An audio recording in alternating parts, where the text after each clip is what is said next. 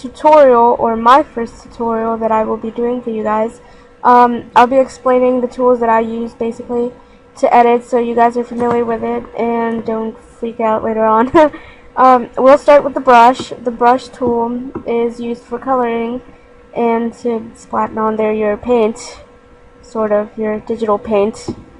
The shortcut is just the key B, and you can just scribble around such and such.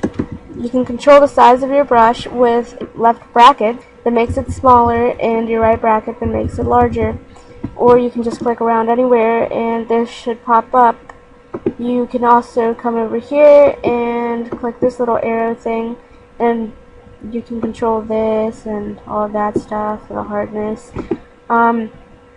The next tool is the lasso tool. Now, the lasso tool is just for freehanding, like freehanding selection and all this, but that, I guess that's more for tablets, and since I currently do not have a tablet, I use the polygonal lasso tool, which is also really easy to use.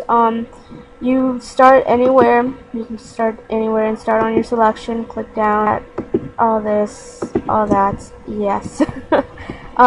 Now, when I start clicking over here, you notice that the last selection just disappears.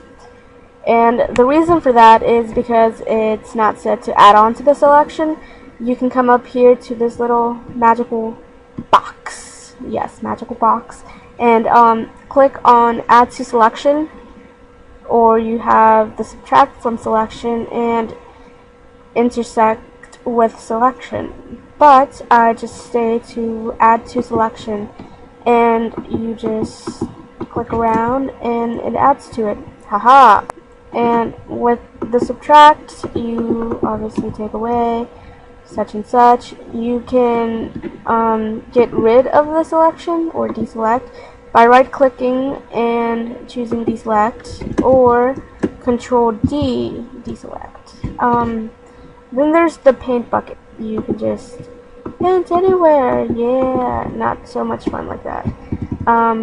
You undo, by the way, with Control Alt Z, and it really depends on the preference. Some Photoshops actually just require Control Z.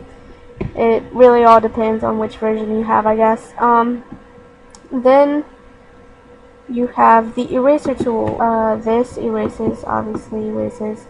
Erase. You also have the blur tool. The blur tool does what it says it does. It blurs things. It blurs. You can control the strength of it with over here clicking on this little arrow and then just moving this around, and it's not as hard. You have the smudge tool, strength of it with this, and yeah, it's actually very helpful. These I don't use as much nowadays, but other people edit with them, so it's, I don't know, an option to keep in mind.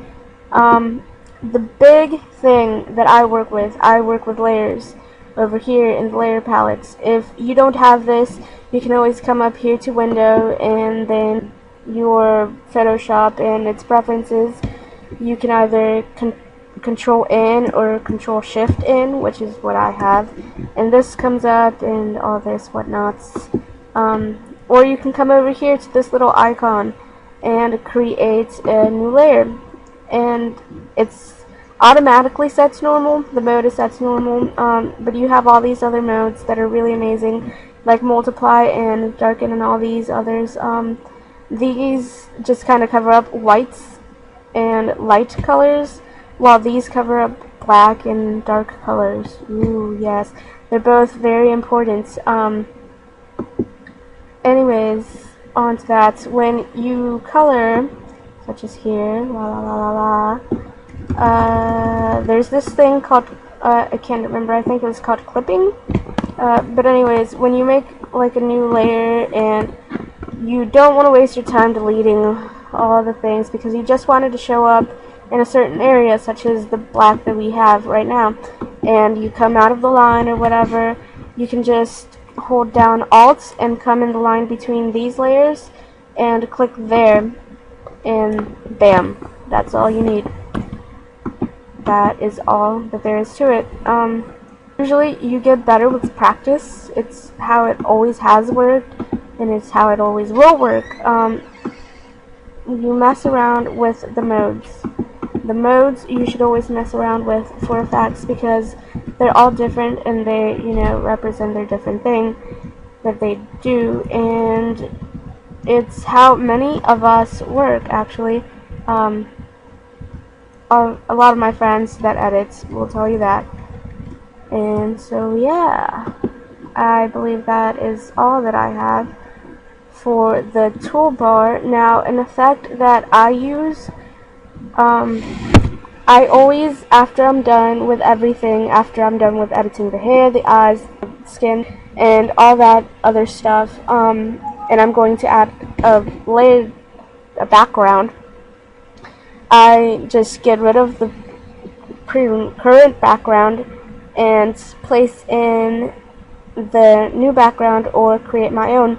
And then I duplicate the person, like the layer of the person, like such as right click and choose duplicate layer, or you can Control J, which usually does it if I cast it.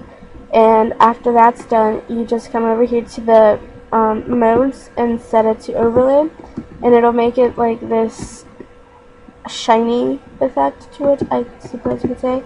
And I really like that, because I don't know, I just prefer it over the dull version, to have this shiny wow type of version, And yeah, that's basically all I have for you guys on the basics. Keep an eye out for the new tutorials that I will be showing on how to actually edit anime, manga, anything that you guys have, such as effects that you're wondering about. Just message or comment us and tell me.